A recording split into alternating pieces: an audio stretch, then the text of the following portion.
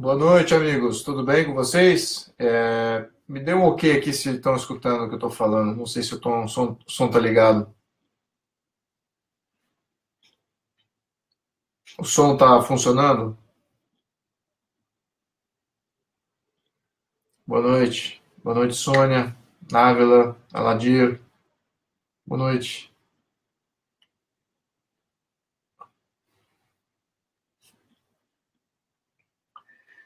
Bem, muito obrigado aí de estarem comigo essa noite. É tarde na noite, eu sei, mas eu vou ser breve e eu vou cobrir aqui o que eu tenho para falar em pouco tempo. E depois eu vou abrir para perguntas diversas aí, de qualquer natureza, tá bom? Bom, acho que a primeira coisa que eu gostaria de falar para vocês é agradecer o sucesso do livro.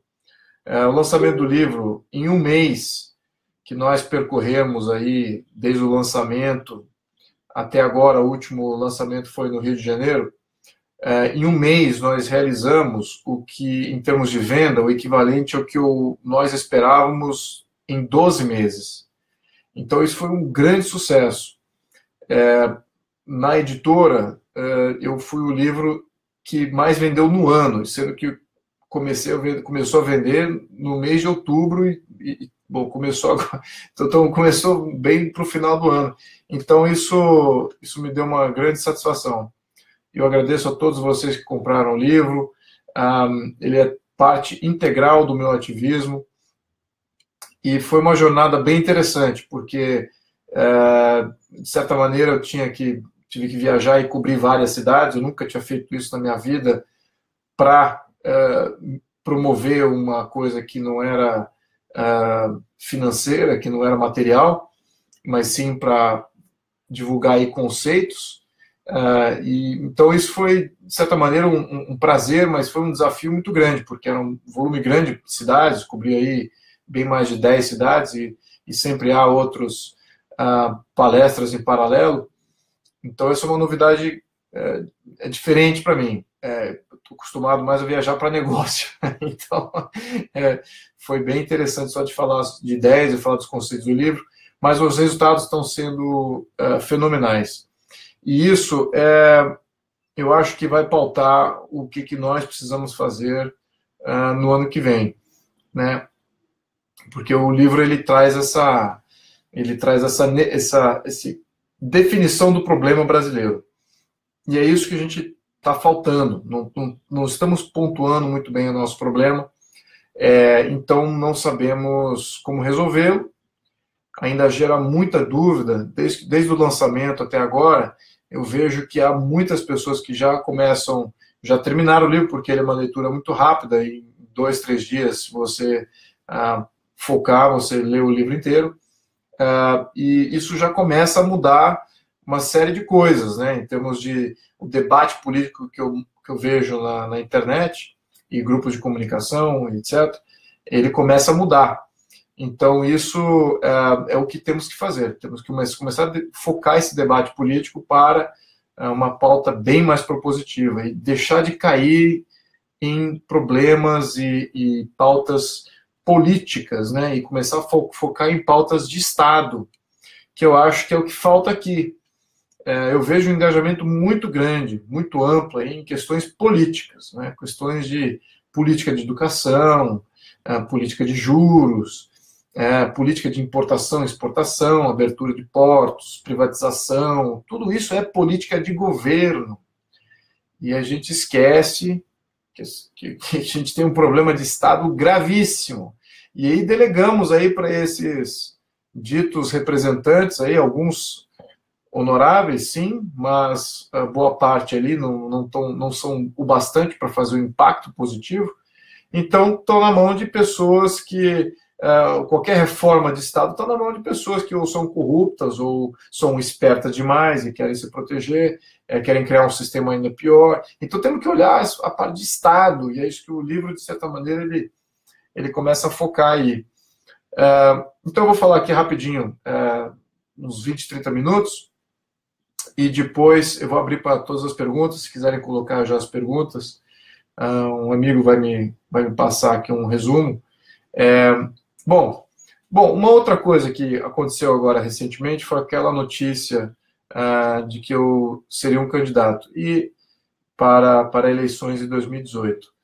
De certa maneira, aquilo é uma leviandade aí foi bem, que é bem tradicional aí, ao menos com o que tange o que eu faço, né? Eu acho que isso é um problema, porque, de fato, isso não está decidido, né? Então, mas já coloca como já vai ser, e vai ser assim, vai ser para tal cargo.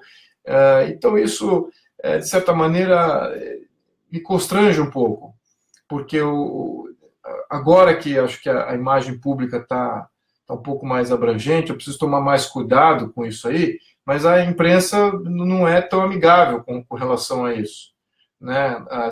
Esse foro privado meu, essa decisão privada minha, que está sempre buscando uma história, está sempre buscando alguma coisa que possa gerar algum giro. Então, isso não foi ainda definido, tá? Não é, e não cabe a eles definir nada, e todos vocês vão escutar de mim antes do que qualquer coisa na imprensa, né? Agora, o que eu posso falar do meu ativismo, eu estava envolvido, e estou envolvido, bem envolvido com o Partido Novo, no ponto de vista de contribuir o que eu sei, o que eu posso entregar de conhecimento, a minha presença. E por que eu acho que isso é importante? E por que eu estou me partidarizando aqui? Eu acho que muitos aí têm uma certa restrição à partidarização minha. Bom, para deixar claro aqui, mais uma vez, eu não estou na linha de sucessão da família imperial, tá? Isso é nítido. Sou sobrinho dos que estão, sou muito próximo dos que estão, mas não estou na linha de sucessão. Segundo, eu acho que o meu ativismo político ele é concernente ao momento político. E o momento político, uma vez que você lê o livro, e aqui o livro reflete exatamente tudo aquilo que eu penso em termos de problema, e você identifica o problema como sendo oriundo de um conjunto de ideias que dominou todo o século XX, e ainda temos aí um rescaldo aí desse conjunto de ideias aí no século XXI, gerando colapso econômico, colapso político, vamos identificar que conjunto de ideias são esses. E esses conjuntos de ideias que levaram ao colapso atual é a social-democracia, é o socialismo. É isso, é esse conjunto de ideias que levou ao colapso que estamos vivendo hoje. Então, o resultado, a solução para esse colapso que estamos vivendo hoje não é mais socialismo, não é mais social-democracia, não é mais assistencialismo de Estado. Procede, é lógico. E, do meu ponto de vista, por que eu tenho que me pontuar aqui e, de certa maneira, partidarizar isso? Porque não existe partidos que refletem nada a não ser isso que eu mencionei, nada a não ser o problema. Temos que ter partidos que refletem liberalismo político, que refletem liberalismo econômico e que também têm uma postura mais conservadora com relação a políticas sociais, se é que para ter política social, que eu sou contra ter políticas sociais, eu não acho que isso é beneficioso do ponto de vista da União, do Poder Federal, talvez localmente, as sociedades livremente optem por algum assistencialismo local, mas não federal. Então, eu sempre tenho pontuado isso, e isso faz parte dos nossos erros. É impopular falar isso? Vamos entender, olha, tudo que estamos falando aqui, tudo que eu estou representando, até de um ponto de vista, é extremamente impopular. Falar de mudar a reforma de Previdência, reforma trabalhista, nem acho que deveria ter Previdência no nível federal, devia transferir para os estados, mas isso é um outro quesito. Tudo isso é impopular. Então, por que uma pessoa como eu vai entreter falar de algo impopular, se aquilo não tivesse algum viés de benefício para a população brasileira? Por que eu estaria aqui querendo a maldade, o mal. Né? Não tem cabimento pensar que... então aí é fácil você ver aqueles comentários taxativos. Ele é maldoso. Não necessariamente com relação a mim, mas com aqueles que estão que na internet e nos outros veículos de comunicação estão se expondo a favor de reformas do Estado. Temos que reformar o nosso Estado. Tá? E a reforma de Previdência, a reforma trabalhista, tudo isso são reformas de Estado. E essas são extremamente impopulares. Bom, enfim. Então, por que eu gosto e eu quero ajudar o Partido Novo? Porque o Partido Novo ele veio com essa novidade. Com a novidade dessas ideias que não estavam sendo representadas por nenhum partido.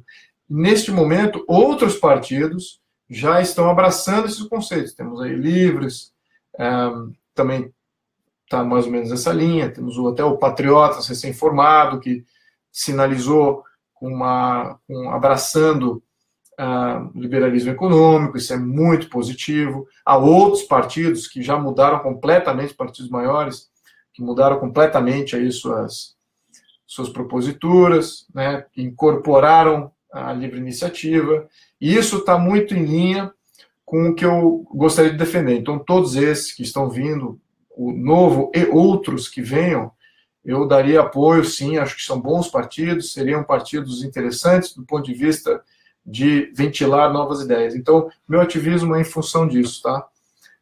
E como eu não via, eu vejo uma necessidade primordial aí. E também, a outra necessidade de ativismo, e por que eu, de certa maneira, me partidarizo nesse sentido. O jogo político no Brasil ele não é equilibrado, né, em função de não ter partidos que representam isso que eu estou mencionando aqui, liberalismo econômico e político. Então, você tem que ter equilíbrio para ter estabilidade. Não pode só um viés dominar e esse viés ideológico dominar e aí começa a fazer o que aconteceu. Você tem poderes de governo reestruturando o Estado para sempre refletir um tipo de governo e, claro, isso gera interferência constante e instabilidade política. Nunca tivemos estabilidade nos últimos 100 anos no Brasil. Então, essa aqui é a realidade. Você só tem um viés, não tem um outro viés para contrapor, ou menos para frear durante os períodos que há governo de um certo viés oposto, você gera instabilidade, muita intervenção, a sociedade passa a não ser representada, há mudanças naturais que ocorrem na sociedade.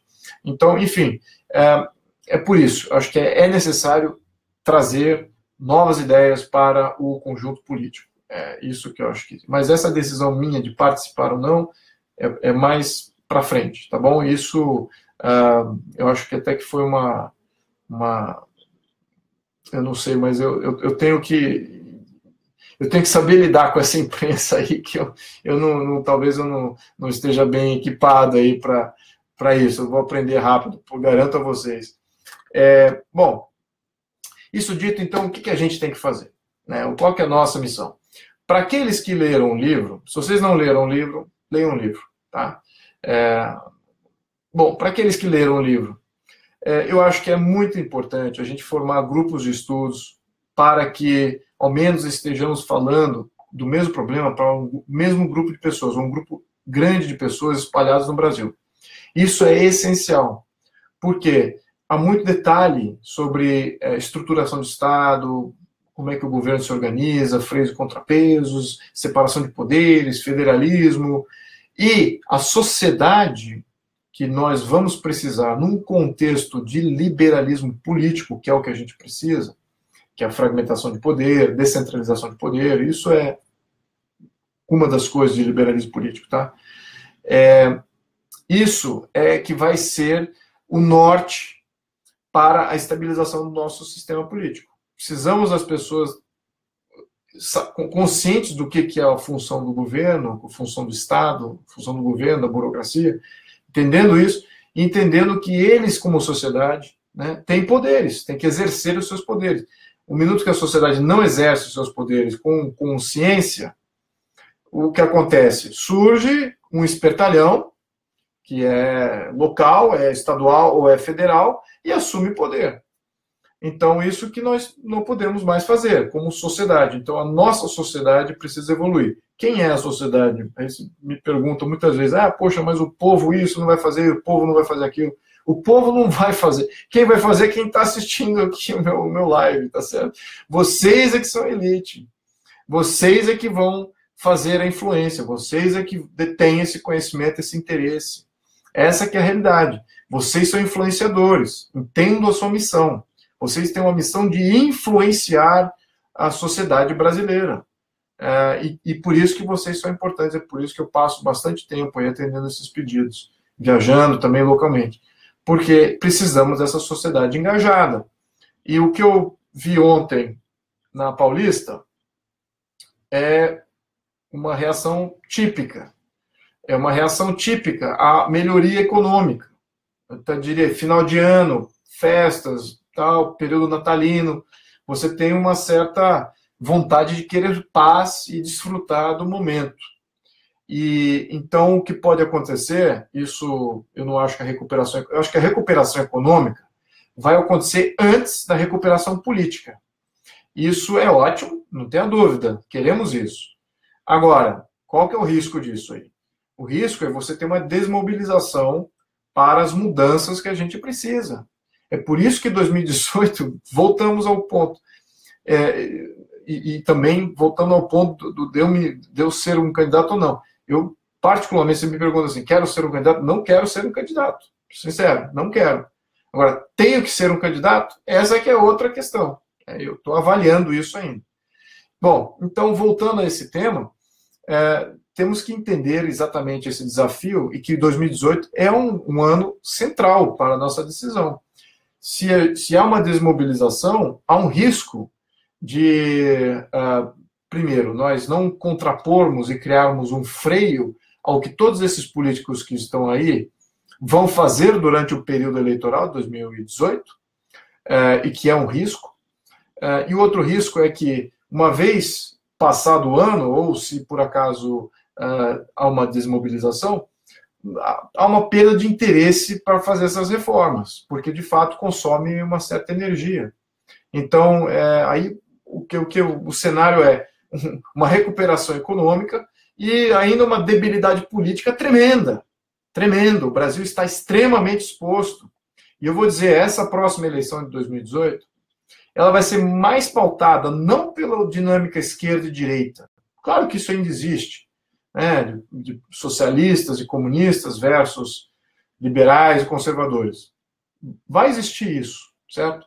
Agora, o que mais me preocupa é a interferência externa ou aqueles candidatos que representam a população, os interesses do povo brasileiro, comandar suas próprias leis. Isso é essencial, essencial. Há poucos candidatos. Até agora não escutei nenhum candidato falar isso. Talvez o Bolsonaro tenha dito isso, não nessas palavras, mas representar que o povo brasileiro é soberano. Por que isso é um problema agora?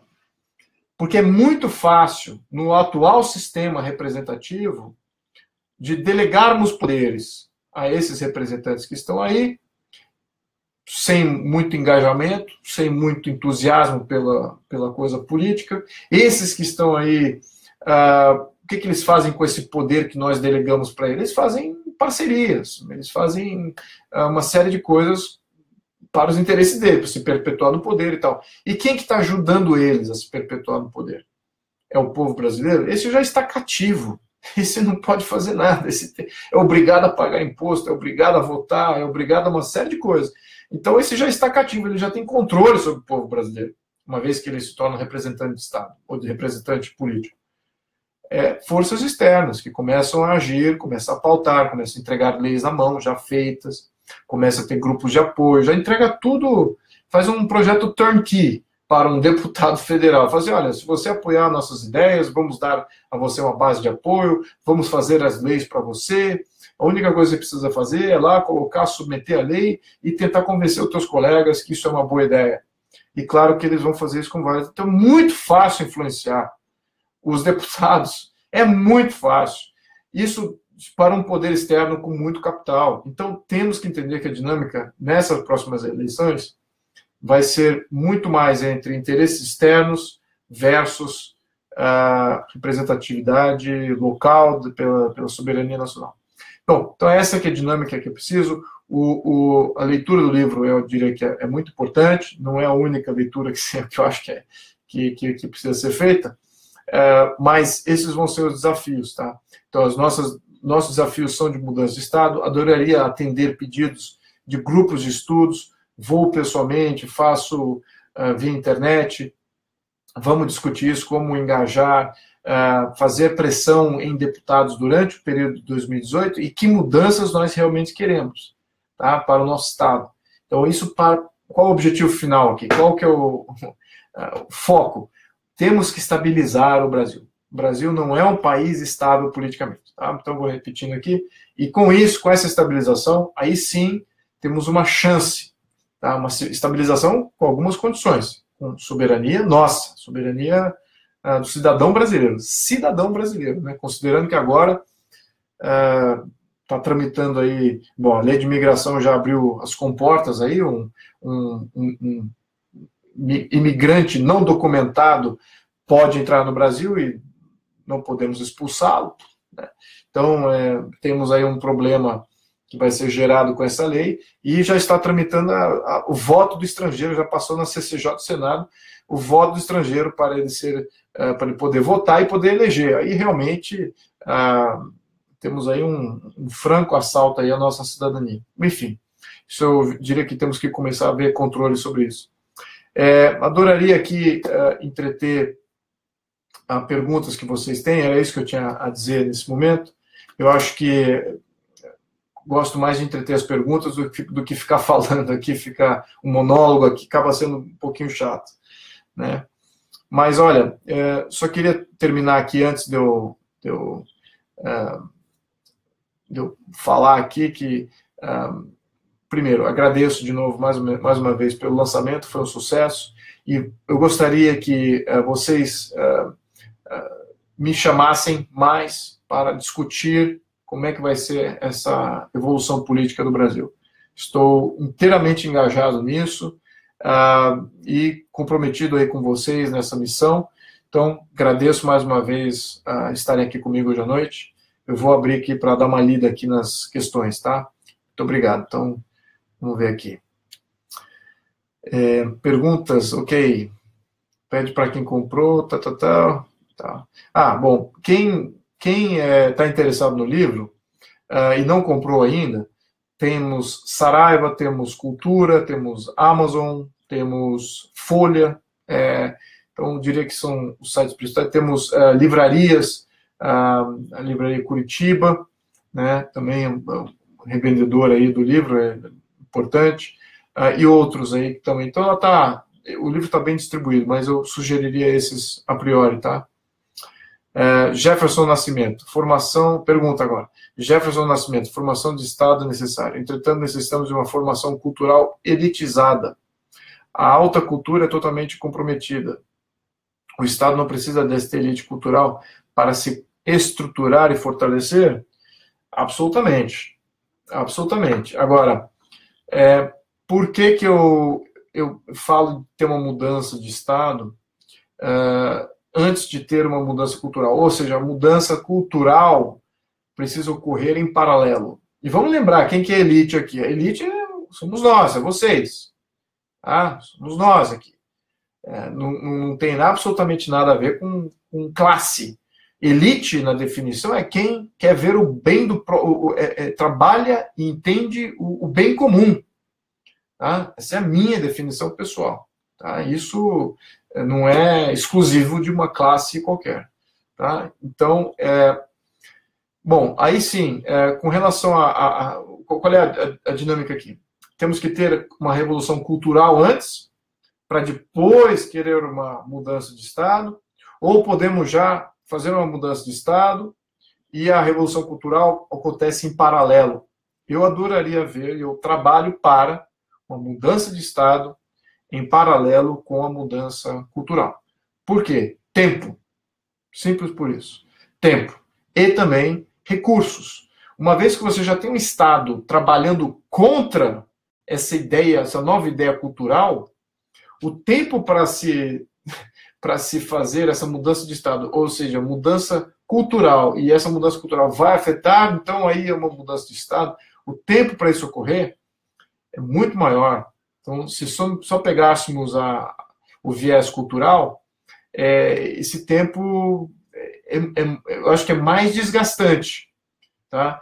Trabalharmos aqui com um foco em elegermos pessoas que querem fazer mudança de Estado e que são capacitados para isso, tem os conceitos, tem as ideias certas, estão naquele viés de eliminar essas ideias que nos escravizaram durante o século XX. Muito bem. O que a gente faz com isso? Já faz uma mudança de Estado. A mudança de Estado já cria uma nova realidade jurídica.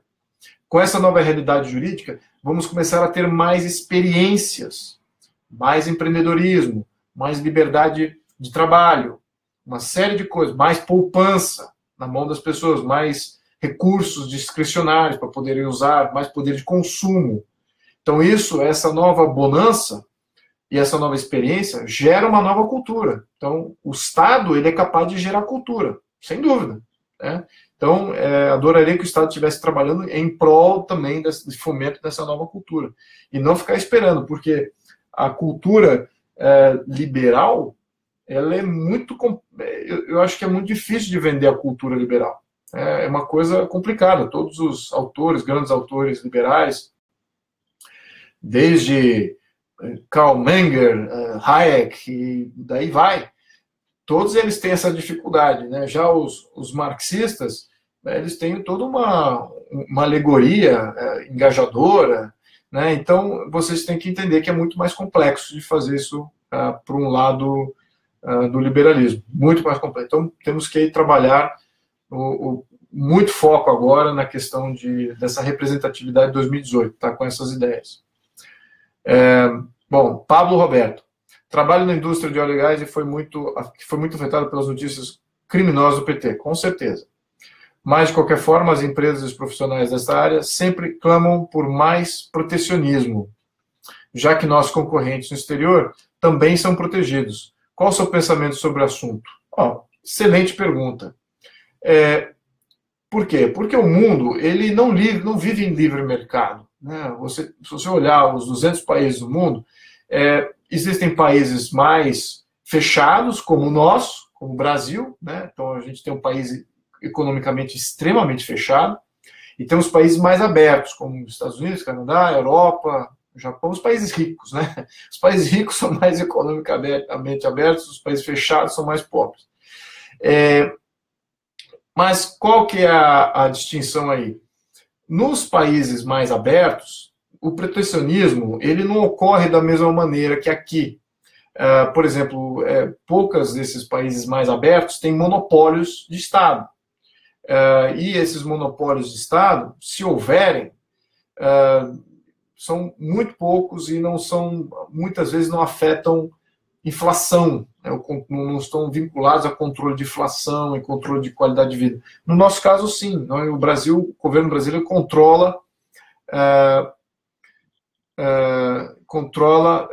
basicamente todas aquelas indústrias que afetam a inflação, para poder controlar oferta e demanda.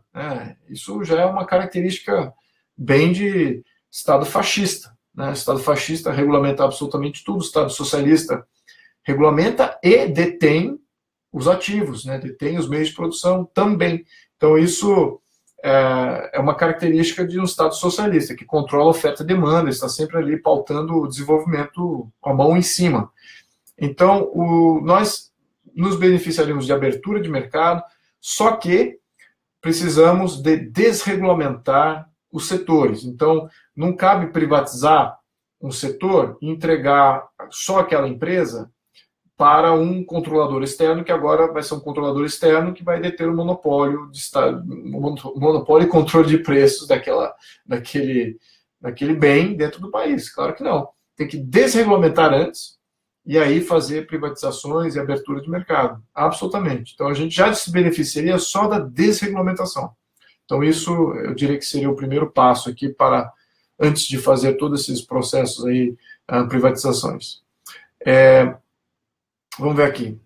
Marcelo Rivelino da Silva, tá. Que pensa na mudança de PPS para agora? Ele é o único partido de esquerda que ainda tem um pouco da moral. Não conheço, de fato, a questão do PPS, me desculpa.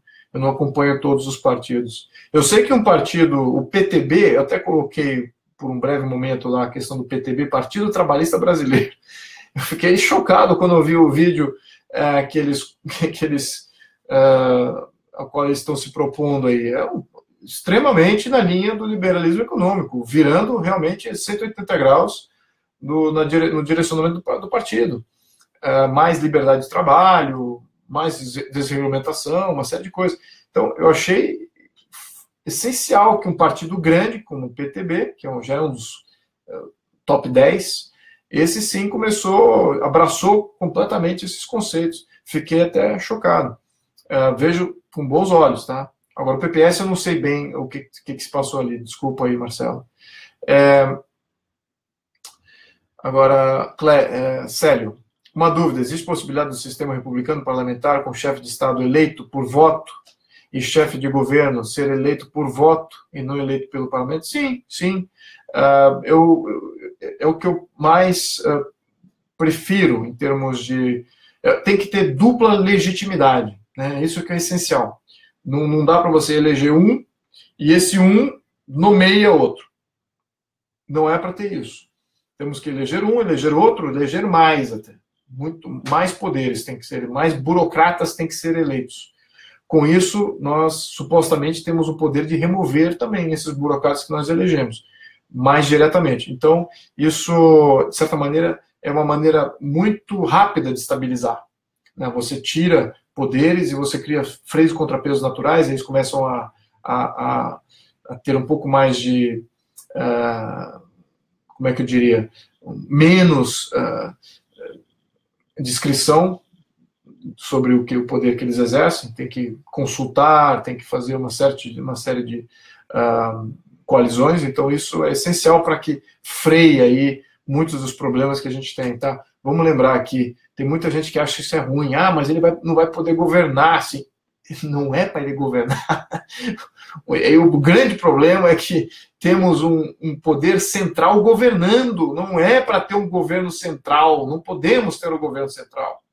Tá? Governo central. Podemos ter um Estado, um estadista central. Sim, que defenda a Constituição, defenda as instituições, defenda as liberdades do povo brasileiro e a diversidade do povo. Isso sim. Agora, um governante central, isso não tem cabimento num país do nosso tamanho, não tem cabimento. Então, ele não é para governar, ele tem que ser freado. E o sistema parlamentarista, dupla legitimidade, é perfeito para dar aquele freio, mesmo mantendo a coisa central.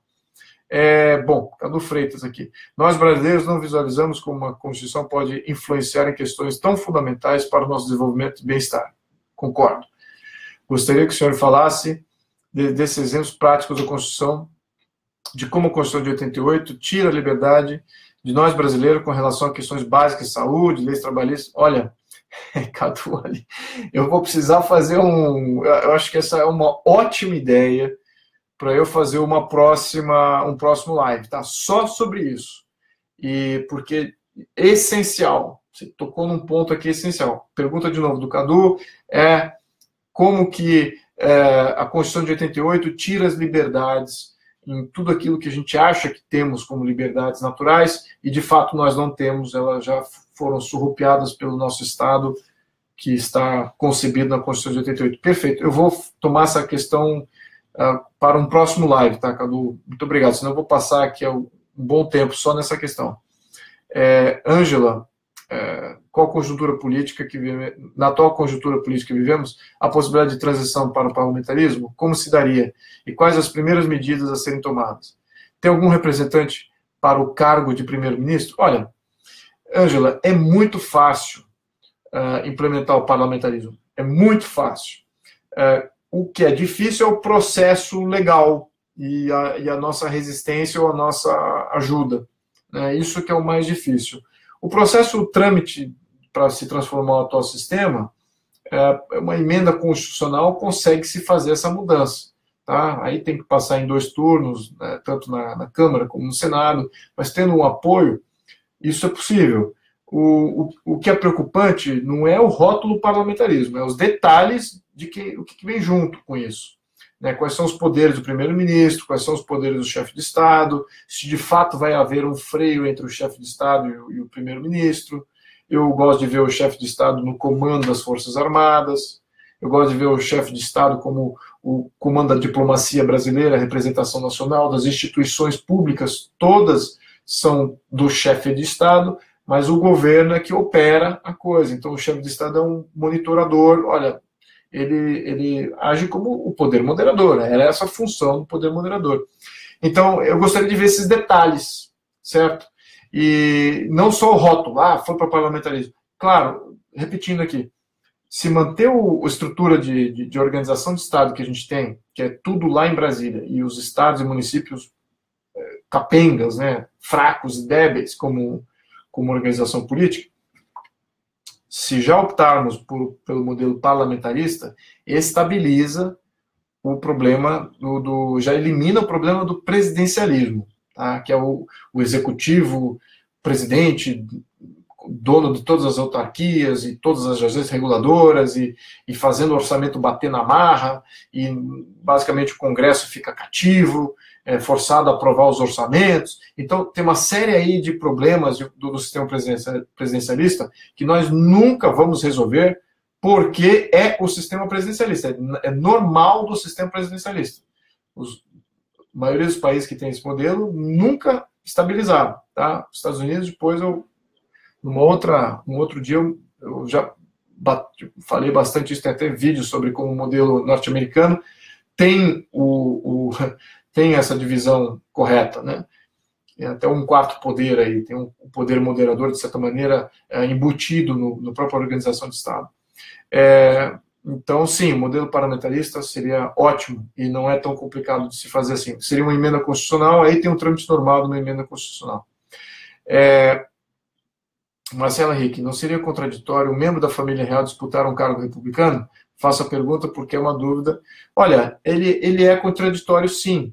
Ele, de certa maneira, ele partidariza e coloca uma série de dúvidas com relação à função da família. Agora, eu não vou repetir, não sou da linha sucessória, tá? Nunca vou ser rei. Deixar isso bem claro aqui para todos vocês, tá? Não estou na linha sucessória. A linha sucessória é uma linha legítima, já legalmente estabelecida, não há como rever este quesito, então é uma coisa à parte. Agora, é por isso que eu digo, tenho que participar da coisa pública, poder posso, né? Agora, tenho que participar, essa que é exatamente essa questão que a gente vai acertar nos próximos meses. Então, essa aqui é a dúvida. Então, espero ter respondido aqui a tua pergunta. Mas concordo com você, sim, absolutamente. É um dilema sério, né? Ao menos para nós aqui. Para terceiros, acho que talvez não é tão importante, mas para nós, sim. Joyce Alves, como sair de um sistema socialista e passar para o liberal? Se as leis estão todas voltadas para a construção do Estado totalitário. Perfeito, Joyce. É o seguinte, olha, é muito mais fácil do que a gente imagina.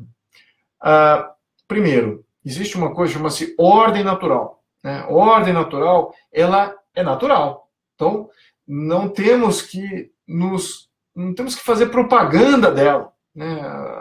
O comportamento das pessoas, as escolhas, por que nós queremos melhorar de vida, por que nós queremos conforto, segurança, por que nós queremos nos defender, uma série de coisas que são naturais. Então, não há que se fazer esforço.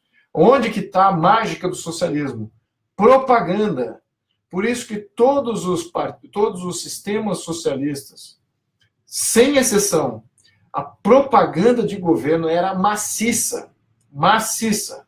E aí entra o Ministério da Educação e Cultura, aí entra a propaganda direta, comprando mídia da mídia, a imprensa não é isenta, aí entra também juízes, advogados, que têm aquele mantra ideológico, isso também faz parte de propaganda, né? Eles propagam uma série de conceitos e princípios que muitos deles não são naturais, são princípios socialistas. Uma vez que você corta as asinhas desse, diria que, financiamento de Estado, desse tipo de comportamento artificial, você corta o artificialismo, a ordem natural brota sozinha. Não é rápido, é durante um período, tá? Não é da noite para o dia, mas isso acontece. Então, o grande necessidade aqui, sim, é cortar essas asinhas.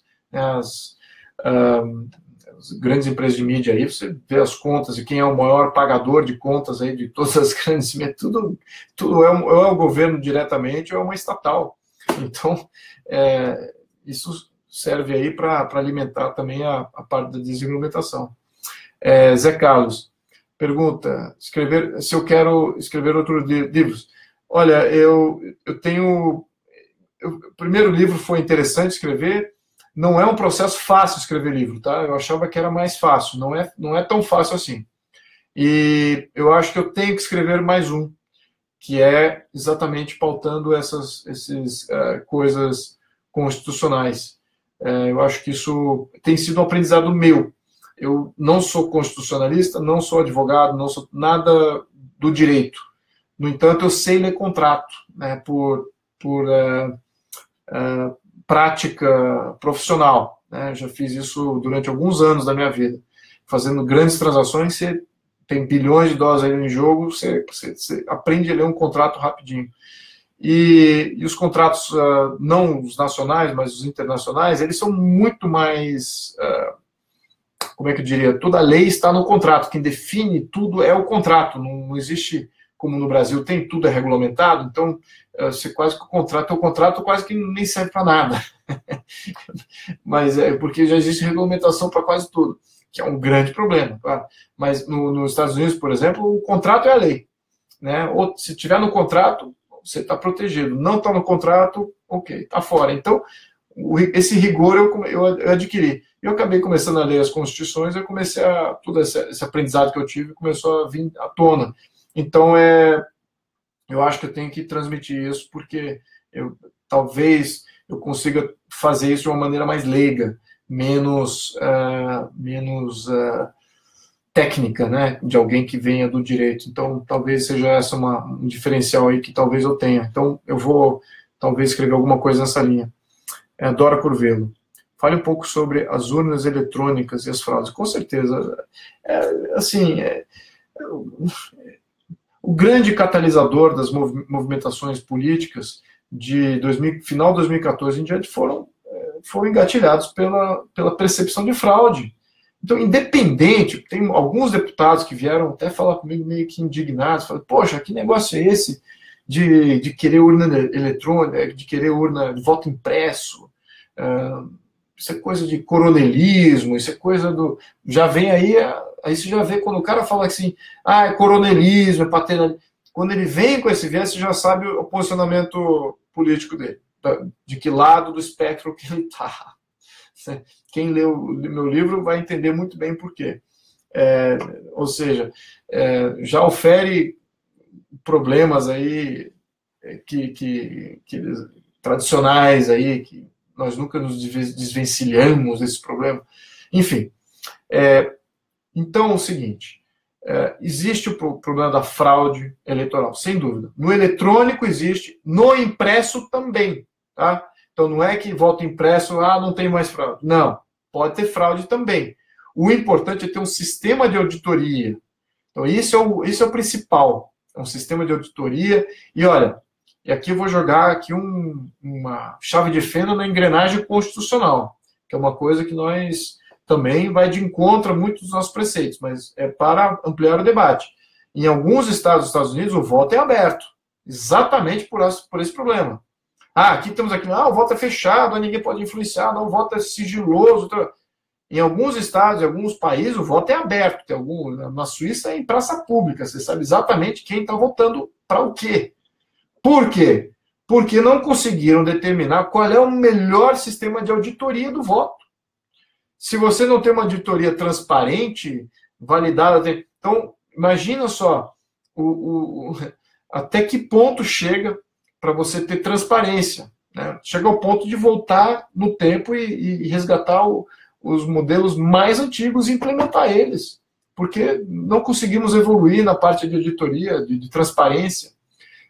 Toda vez que se cria uma facilidade, vai ser agora tudo eletrônico, mas quem que vai controlar isso? Quem que vai ter acesso a isso? Como que se monitora? Como que se valida isso? Aí você já cria mais burocracia para fazer aquela coisa transparente, aí a própria... Quem controla aquilo que vai controlar o sistema de voto? Então, cria mais problemas e aí torna-se um problema infinito. Então, vou jogar aqui essa possibilidade, tá? Eu não vejo problema, particularmente falando, para a gente debater aqui, falar de voto aberto, tá? É uma coisa que a gente tem que trazer de novo aqui, novas ideias, que não são novas, mas estou refrescando aqui a memória de vários de vocês. Mas o voto eletrônico é fraudável. As urnas são fraudáveis. Temos um problema absurdo de tirania do TSE, que não abre para auditoria. Isso é um grave problema. No mínimo, temos que fragmentar o TSE e colocar a auditoria, um mecanismo de auditoria completo à parte e antagônico ao TSE. Ou seja, já duvidando de tudo que o TSE está apresentando. Só para que a gente tenha mais transparência no nosso voto. Porque é a única coisa que a gente não tem outros mecanismos. Se tivesse outros mecanismos, eu estaria mais tranquilo com relação ao voto. Nós não temos. Estou falando de recall de mandato, referendo popular, etc. Virgínia dos Santos. Com o recente anúncio da pré-candidatura da deputada Manuela Dávila à presidência da República, PCdoB, aliado do histórico PC, é possível que seja um início do fim das coligações de esquerda apoiadas pelo ex-presidente Lula nas próximas eleições? Qual a sua opinião? Eu acho que ali... Olha, Virgínia, é o seguinte, como que funciona? Como que o jogo ele é muito... sobretudo a esquerda, né? Sobretudo os partidos aí que querem criar recriar o ditador do proletariado, e que é o ideal marxista, né? Todos esses partidos, eles fazem um jogo. Então, a Manuela, ela preenche um espaço. Se ela não preenchesse esse espaço, ela não seria candidata. Uma mulher, jovem, então ela preenche ali algum espaço em antagonismo a alguma outra proposta que possa surgir. Ela captura votos ali e já joga para um lado. Então, esse jogo sempre se apresenta. Mas o Lula sempre é uma convergência de todos esses para o Lula. O próprio Ciro, que é um político muito mais tarimbado, já falou que se o Lula for candidato, se tiver, em vez de ganhar, o Ciro não seria candidato. Eles jogam esse jogo, tá? Eles não são competitivos como o pessoal do liberalismo aí, que todos querem ganhar a corrida, né? Ali não. Ali é meio que um jogo de passo-bastão, né? Então, não acredito isso. Maria Regina Monte, esse semipresidencialismo que o Temer quer impor sem consulta pública, é isso mesmo, não é bom.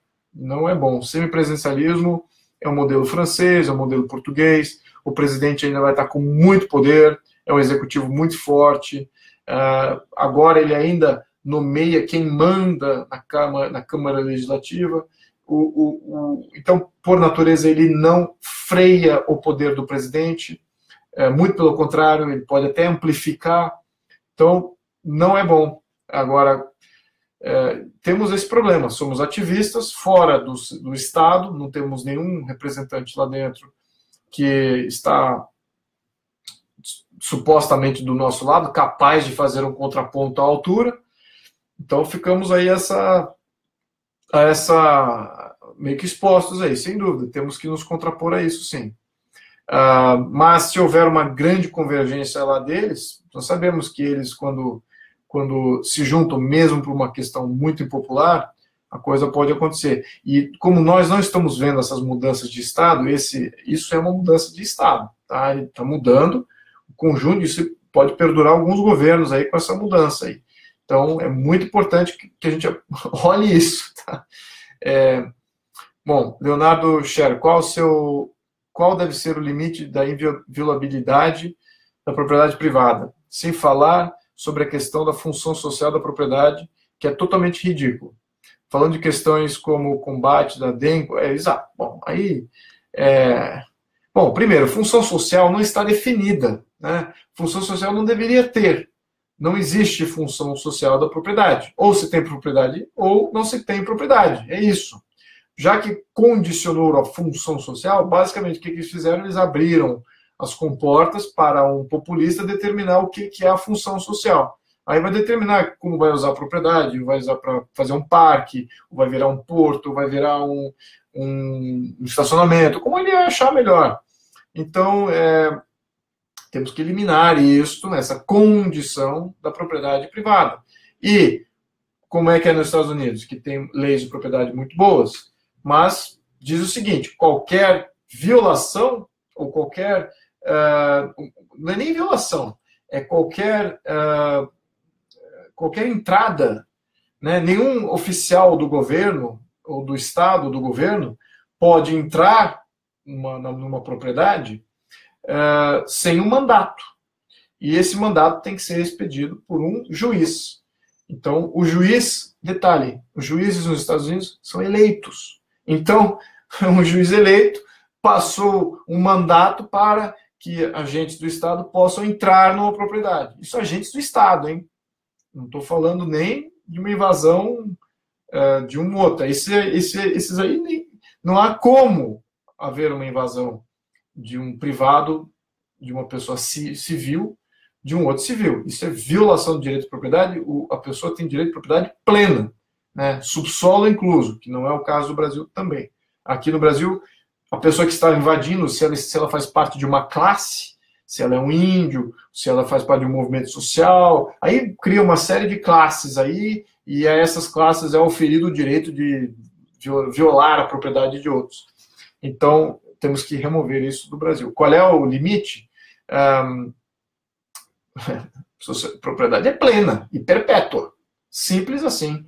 Não tem que ter condicional de tempo, não tem que ter condicional absolutamente nenhum. A não ser que afete a saúde pública, né? Corre um risco ali de algum problema, ou a soberania, né? Temos aí problema de fronteira, tem algumas propriedades em fronteira. Aí sim, aí eu veria como uma possibilidade do Estado, o Estado, sim, poder fazer alguma coisa na propriedade, mas como pessoa física invadir, isso aí de jeito nenhum, propriedade plena. Gleison de Moraes, o senhor acha do Brasil sair do Mercosul? Você falou a coisa Mercosul e Unasul, basicamente, olha, vou falar da Unasul aqui, por exemplo. A Unasul, ela coloca... O que acontece quando você faz uma parceria desse gênero? Você veja a questão militar, você veja nossas fronteiras, nós não temos defesa de fronteira. Os nossos militares estão engajados em cooperação regional. Então, se você está cooperando regionalmente, você não está defendendo a soberania nacional, prioritariamente. Há um conflito de prioridades aí. Ele tem que defender a soberania nacional e tem que cooperar regionalmente. E quem são esses que estão na nossa região? Né? Vamos lembrar da Venezuela, lembrar da Bolívia, países aí com ditaduras. Então, como é que, se houver uma incursão da Venezuela, está cooperando, né, violando o território nacional, como é que... mas na função de cooperação ou de defesa de soberania, eles estão fazendo exercício de guerra até pouco tempo atrás, agora um está lutando contra o outro. Fica estranho isso. E é exatamente isso que acontece com essa Constituição de 88. Os princípios são violáveis. Tudo que está na Constituição de 88 é violável, não, é areia movediça, não tem absolutamente nenhum pilar sólido. E a Unasul é mais uma das coisas que que torna alguns princípios violáveis, princípio de defender soberania. Mas é num contexto de cooperação e tal. Então, você já cria um problema aí de interpretação. Se jogar algum órgão para avaliar isso, jurídico, o STF for avaliar isso, nossa, estamos perdidos. Então, mesma coisa com relação ao Mercosul. O Mercosul era mais do ponto de vista econômico, né? Não é do ponto de vista político. Então, isso talvez haja um interesse, mas o ideal seria que, para não ter fronteiras, os países de fato têm que abraçar o liberalismo econômico, né? Quando mesmo que você começa a colocar alfândega, tributação para equacionar e proteger setores industriais ou setores comerciais, aí você cria aí um problema. Então o Mercosul acaba sendo inócuo. Quando você tem um Mercosul de fato atuando, aí seria assim, não ter barreira nenhuma e ter livre mercado em toda essa região. Isso pode ser interessante, lembrando da desregulamentação antes, né, para não cair em monopólios aí que sejam controlados por interesses de oligopólios maiores, regionais ou não, ou fora da região. Wagner Albuquerque Filho, você é a favor da escola sem partido? Sim, sou a favor da escola sem partido, infelizmente, porque nós temos um Ministério da Educação e Cultura, que basicamente é um monopólio da educação e da cultura no país. Então, para se contrapor a este monopólio da educação e Ministério da Educação e Cultura, nós precisamos do escola sem partido. É o freio ao MEC, a escola sem partido. Essencial se vamos manter aí o MEC. Deixa eu ver aqui. Peraí, tem mais alguma? Estou perdendo aqui. Daí o mostra débito. Luiz, recentemente o ministro Fux disse: empossados não devemos satisfação a ninguém. E o Barroso disse: quando o legislativo é inoperante, cabe ao judiciário representar o povo. Quando o legislativo é inoperante, não tem cabimento isso. Qual o senhor julga?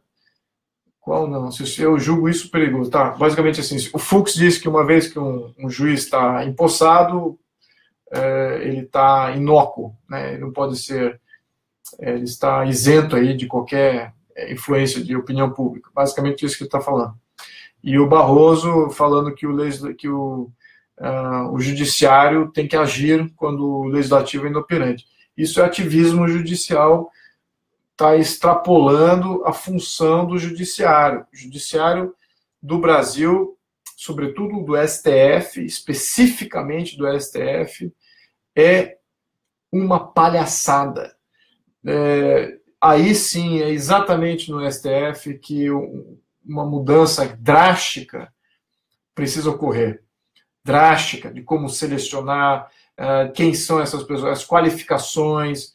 De fato, ali é muito poder na mão de muito poucas pessoas. São 11 e que tem um poder absurdo, porque a Constituição de 88 dá muito poder às pessoas, aos representantes de Brasília. E eles são os que mais têm poder desse pessoal todo.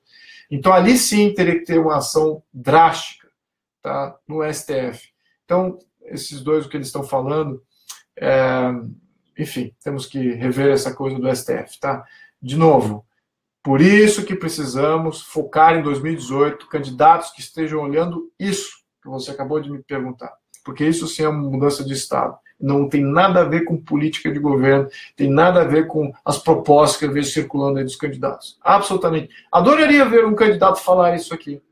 Falar que vai reformar o STF. Demande do seu candidato isso. Adoraria ver isso.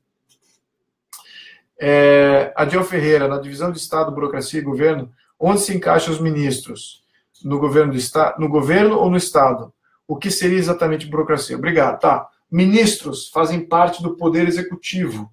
Poder executivo é o poder de governo, tá? Os ministros, cada ministério tem uma burocracia própria.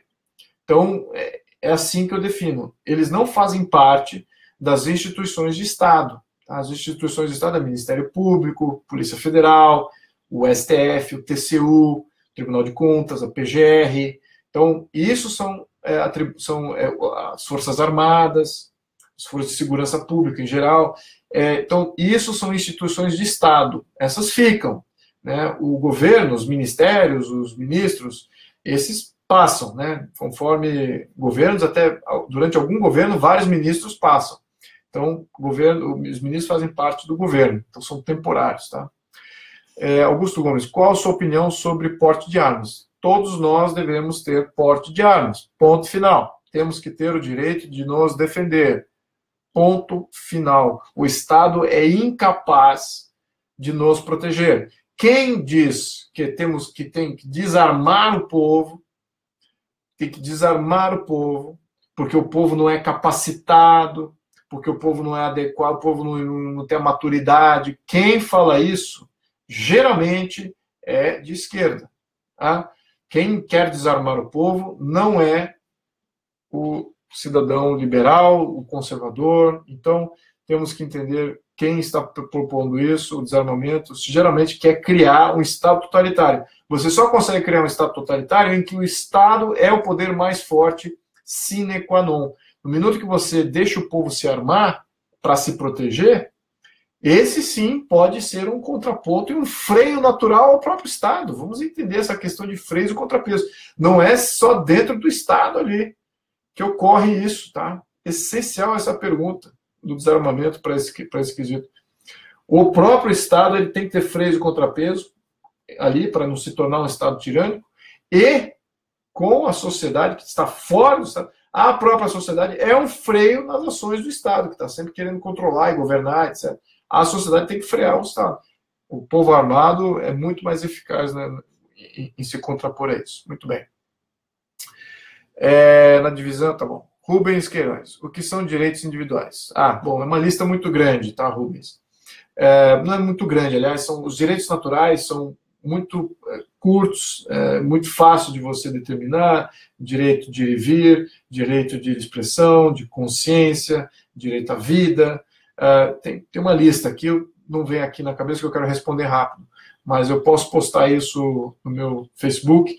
Excelente pergunta, porque existem direitos, aí é que está, o que são direitos adquiridos, né, versus direitos naturais, essa que seria mais ou menos a dinâmica. Os direitos adquiridos são direitos inventados, né? Direitos inventados é assim, você tem direito a 13º, você nasceu com o direito a 13º só no Brasil, inventaram esse direito, um parlamentar foi lá, tem direito a 13º, tem direito a auxílio moradia, tem direito a... Você já nasce com todos esses direitos. Isso é direito inventado, tá? Direito adquirido. Né? Eles gostam de falar adquirido, que você conquistou. Não é nada disso. Eles inventaram isso aí porque vai criar mais burocracia, mais impostos. Então, temos que distinguir esse tipo de direito distinguir dos direitos naturais. É essencial fazer essa distinção. E direitos naturais, você nasce com isso, faz parte da ordem natural. Tá? E esses sim têm que ser defendidos. Já os direitos adquiridos, esses têm que ser eliminados da nossa Constituição. Muito bem. Gustavo Paim Valença, qual a sua impressão nas palestras que você tem proferido pelo Brasil? E a receptividade dos ideais liberais? Obrigado pela pergunta, Gustavo. Eu diria o seguinte, os 4 problemas que eu falo nas minhas palestras, que é o poder executivo muito forte, muita centralização de poder em Brasília, e que o Estado manda, e nós não temos mecanismos para contrapor ao Estado, ao mando do Estado, à exceção do voto. 4ª coisa, essa coisa que significa, que é o ponto que eu quero fazer aqui, chama-se capitalismo, chama-se liberalismo. Tá? Liberalismo econômico, capitalismo, laissez-faire, são termos similares, e é exatamente nessa questão que as pessoas precisam ainda mais profundidade, e que eu sinto mais resistência. Tá? Exatamente porque o capitalismo é essencial para que a gente entenda isso como sociedade, como ativista. Se você quer fazer uma mudança no Brasil, em que a sociedade tenha mais poder, em que a sociedade tenha mais controle das suas escolhas, temos que ter o laissez-faire, temos que ter o capitalismo, temos que ter o liberalismo econômico. Né? E o Estado, a função do Estado, não é limitar o capitalismo, e não é regular o capitalismo. Agora que vem a nuance, importantíssima. A função do Estado é garantir que haja o livre mercado. O que significa isso? Que haja o capitalismo, que haja o laissez-faire. Por quê? Na definição de capitalismo, você tem a propriedade privada, livre mercado, livre de oligopólio, monopólio, e temos o lucro, né? Eventualmente o lucro. Tudo isso tem que ser para o indivíduo. No atual contexto socialista que nós temos intervenção do Estado na propriedade privada, não temos propriedade privada, os mercados não são livres, e o lucro ele pode ser removido a qualquer hora. Então, isso é que é o contexto que a gente vive hoje. Temos um contexto socialista. Por que isso é um problema? Por que a gente entregou tudo isso para o Estado? Né? Para que o Estado aplique, então, o assistencialismo social, uma grande previdência inchada que vai explodir, que está mal gerida, uma série de programas nacionais que não funcionam, entregam mediocridade em todo o território nacional. Então, nós fizemos uma troca por algo ruim. Nós trocamos a nossa poupança, o nosso poder, para ter algo ruim em troca. Né? Fora a corrupção, que também faz parte disso. E tá bom, então fora esse poder que a gente vai ter como sociedade, qual outro atributo? Aí é que vem a chave para todos aqueles que ainda defendem, que querem defender o Brasil como um país livre e soberano. Todo esse assistencialismo de Estado, esse assistencialismo, programas sociais, tudo está consumindo recurso. E aí o que acontece? O próprio Estado está quebrado nessas funções, ele não consegue entregar essas funções, que é a obrigação deles. E onde ele não investe? Ele não investe em infraestrutura. Então, o Brasil, quem que investe na infraestrutura do Brasil? Poderes externos. É aí que está a nossa fraqueza. Nós não estamos investindo na nossa infraestrutura, estamos entregando a nossa infraestrutura para que poderes externos, financiadores externos, empresas externas, interesses externos, financiem a nossa infraestrutura, mas para que interesse? Interesse deles. Não nós, como povo livre e soberano. Né? Uma infraestrutura que condiz a nossa aspiração. Todo país rico hoje, a infraestrutura foi financiada por eles mesmos, para os seus interesses. Em alguns casos, no caso dos Estados Unidos, e aliás, os Estados Unidos e a Alemanha, foi o próprio exército que fez a infraestrutura norte-americana. Todas as vias e ferrovias, não as ferrovias, mas as rodovias, sim, para escoamento de tropa e proteção de território. Poxa, isso acabou criando um grid de distribuição e logística super eficiente. A mesma coisa aconteceu na Alemanha. O país mais eficiente de logística da Europa é a Alemanha. Então, por quê? Porque foi feito de uma maneira para proteção dos interesses nacionais. E o que acontece com essa logística maravilhosa que eles têm? Fomenta mais oportunidades de trabalho, mais capitalismo, mais... E aí é que absorve a mão de obra, absorve toda essa necessidade, e aí acaba nem tendo que ter um plano nacional de assistencialismo. Então, vamos entender a função estratégica aqui da gente entender, e esse é o ponto que, respondendo aqui a pergunta, qual é o ponto que mais eu tenho que passar mais tempo, é nesse. E eu acho que só o pouco que eu passei aqui, eu acho que merece até um próximo hangout sobre isso também. Eu estou anotando mentalmente, por favor, me cobrem sobre isso também mais tarde, por favor. Fábio Martins, existe livre mercado com protecionismo? Uma pergunta. Internamente pode-se dizer que sim, mas vai criar distorções, porque o que você está fazendo com protecionismo? Você não está criando preços. A política de preços interna pode sair em descompasso do que é um preço externo. E se o preço externo, vocês estão vendendo o mesmo produto muito mais barato, com a qualidade melhor, externo, o que vai acabar acontecendo? Se você tem livre mercado interno, se tem competição interna, o que vai acabar acontecendo é mercado negro. Né? Vai haver competição para puxar aquele produto de fora, trazer para dentro. E, então, isso é o típico. Toda vez que se tem qualquer regulamentação, protecionismo, você cria um mercado negro. Né? Você cria um mercado não regulamentado. Então, por isso é uma dinâmica que sempre ocorre. Mas é possível, talvez, num nível limitado, mas absolutamente não é possível. Paulo Tolentino Vieira. Por que se evita tanto enfatizar o paralelismo necessário para... Não entendi. Bom, essa pergunta, desculpa, eu não entendi. Paralelismo necessário entre liberalismo e liberdade. Por que se evita tanto enfatizar o desculpa, eu não estou entendendo essa pergunta. Jason, o senhor poderia explicar para nós o que é welfare state. Welfare state é social-democracia. Basicamente, o welfare state ele é o assistencialismo de Estado, é o que nós temos. Né? Nós temos um Estado socialista, social-democrata, em que o Estado se onera na entrega de benesses. Né? Qual que é o intuito dessa entrega?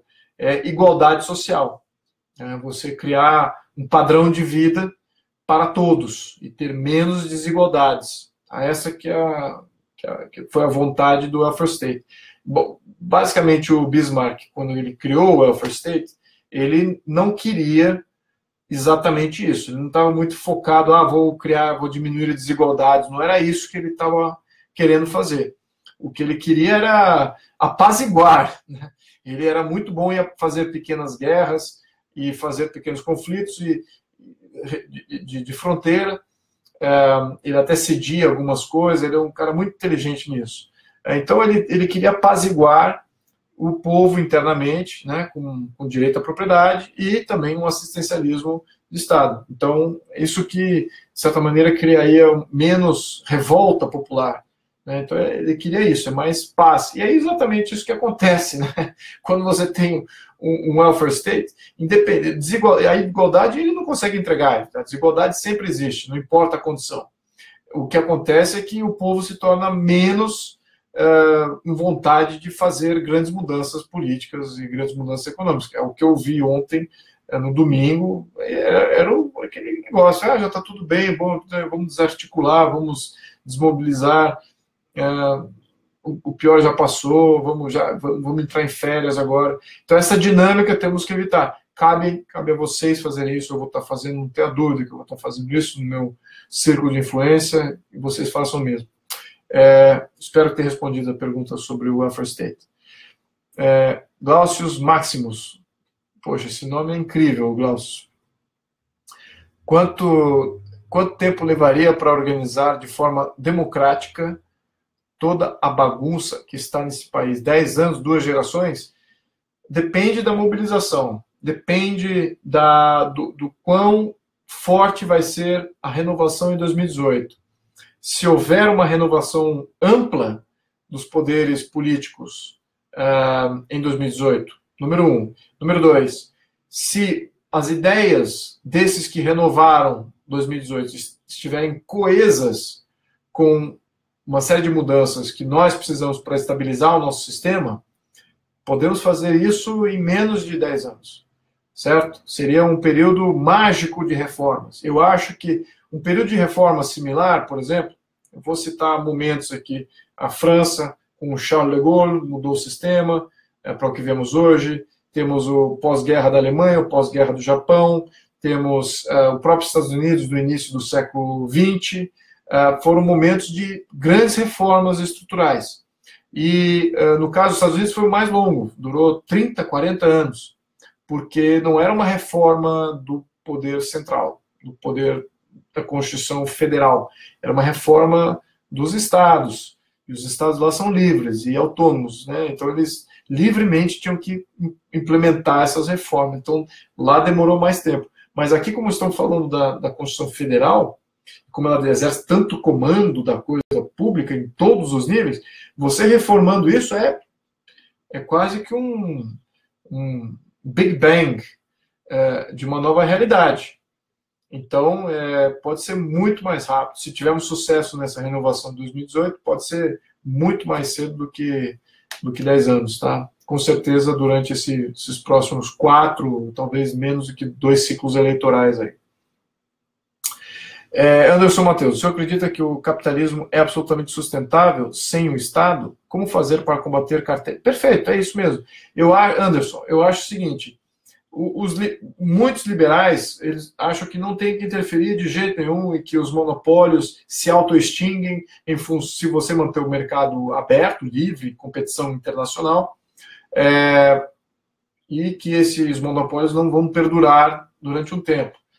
Vamos lembrar que o Rockefeller, quando fizeram a fragmentação do Standard Oil, o Rockefeller entregava o melhor produto ao menor preço. Ele era um monopólio, mas ele ele tinha um preço imbatível. E depois que houve a fragmentação, os preços subiram até. Então, foi uma intervenção do Estado que para garantir competição, e os preços acabaram subindo. Mas, e a qualidade talvez se tornou até questionável em alguns pontos. Mas então, é por isso, eu acho que existem indústrias, setores, que você fala, talvez não seja tão interessante assim, não ter nenhum controle de Estado, né?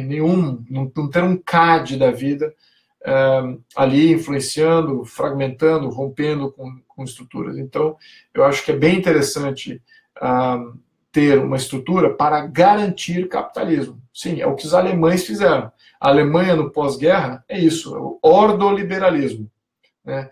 E no ordoliberalismo, o Estado ele intervém quando há formação de cartel, quando há formação de oligopólio, quando há uma situação monopolística, de controle de preço, etc. Então, é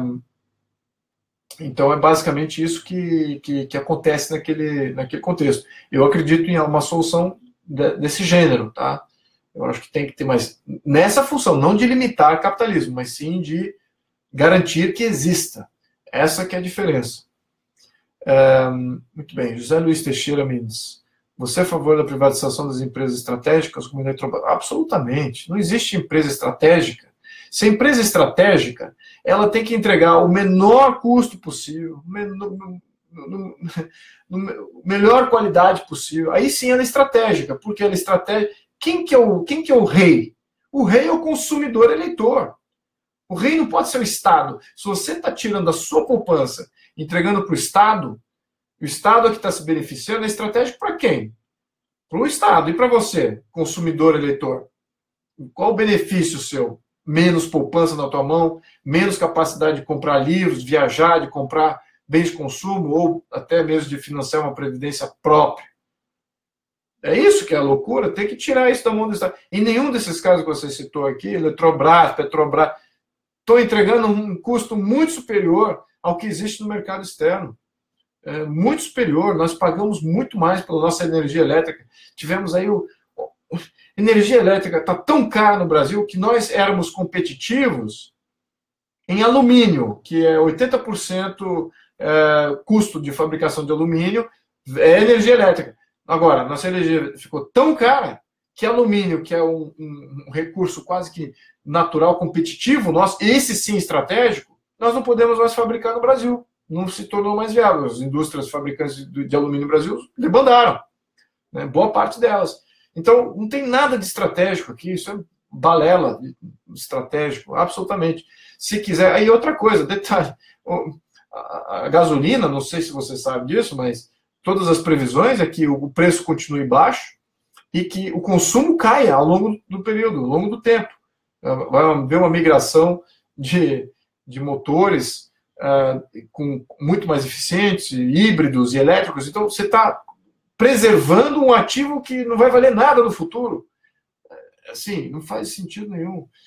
Isso com relação a Petrobras, tá? Então, não é estratégico, tá? Esse papo de estratégico é mais para controlar o caixa dessas empresas para os esquemas que eles têm lá. Por isso que eles falam assim, papo, estratégico, vamos aqui estatal, porque essa estatal não cai tanto no crivo do erário que cai no Tribunal de Contas da União e tal. Claro que também, sim, porque é da União, o Tribunal de Contas da União também vê isso aí, mas é um caixa mais livre, ele está mais solto, tá? A alocação desse capital. Já não tão solto quanto o tributo. Então, por estar mais solto, ele pode ser usado em propaganda, aí tem aquele rebate que as empresas de mídia fazem para campanhas eleitorais. Então, aí que entra esse estratégico. Então, totalmente contra essa perspectiva. Hinaldo Barreto, qual seria a influência do Estado no caso de renda mínima para aqueles que não conseguem ser integrados no mercado?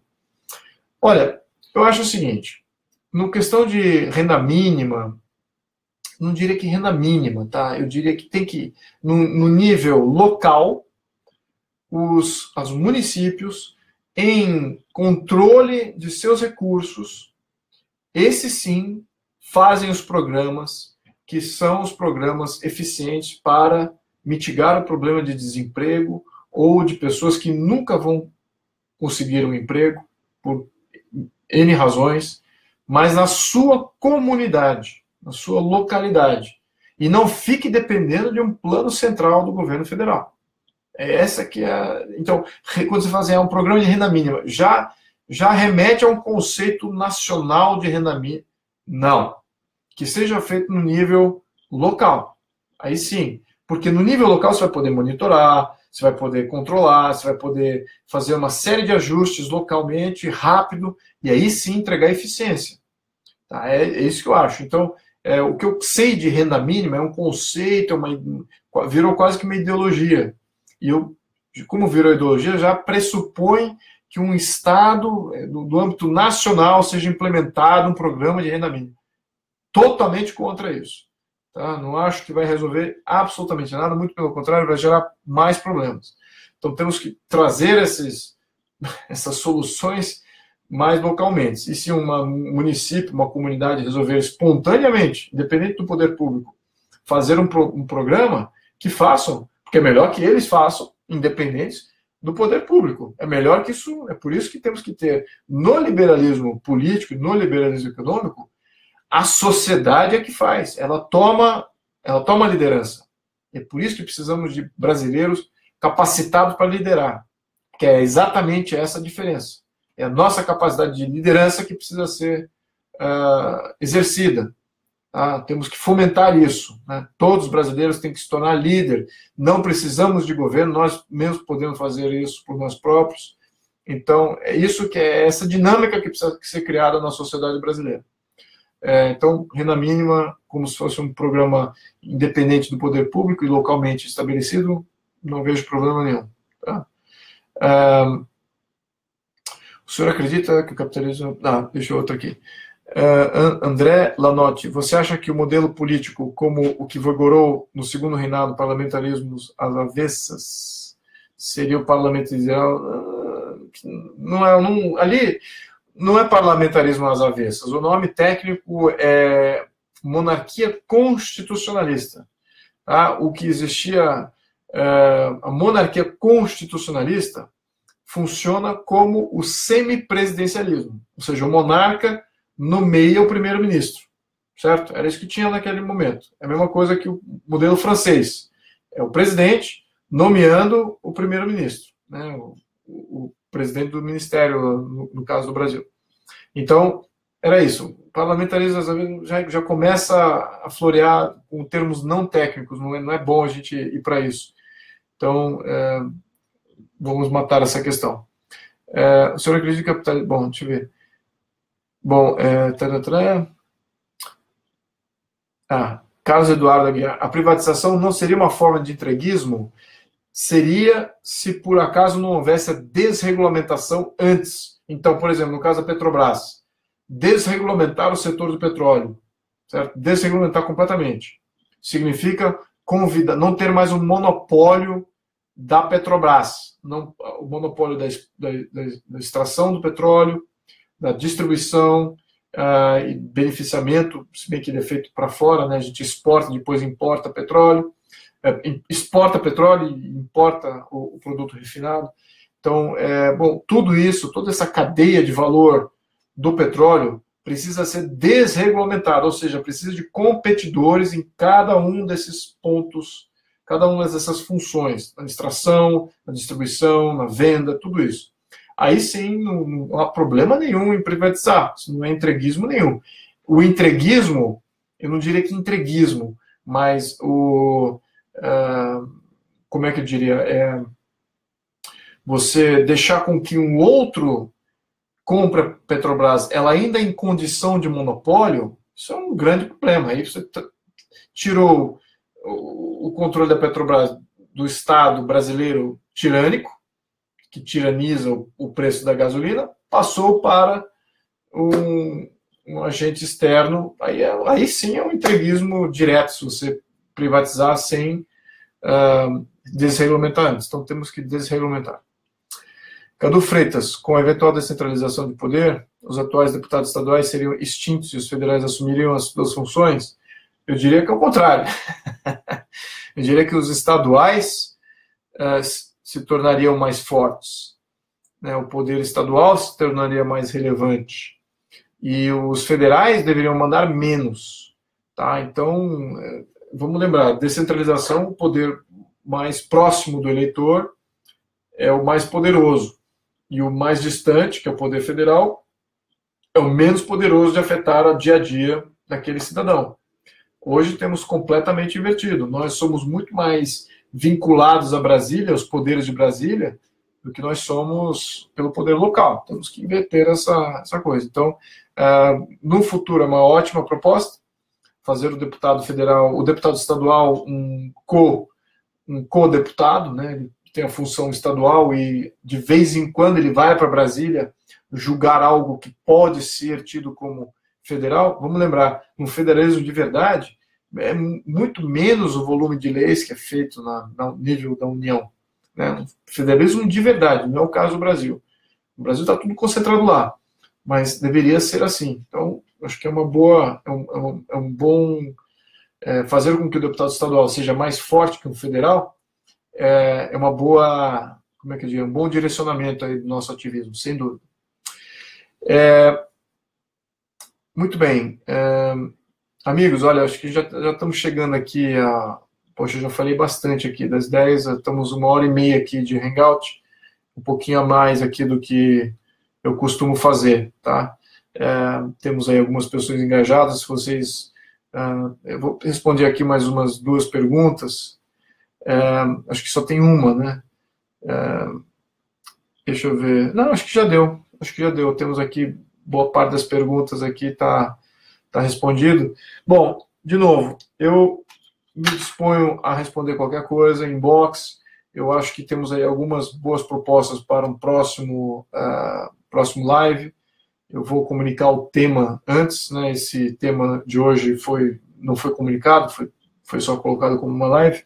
Mas o meu propósito aqui é manter o ativismo pelo Brasil, pela soberania do nosso povo, representado em leis, nós no comando das nossas leis, para que nós comecemos a fazer a diferença, se tornemos um poder de fato e comecemos a pautar aqueles que escolhemos como os nossos representantes.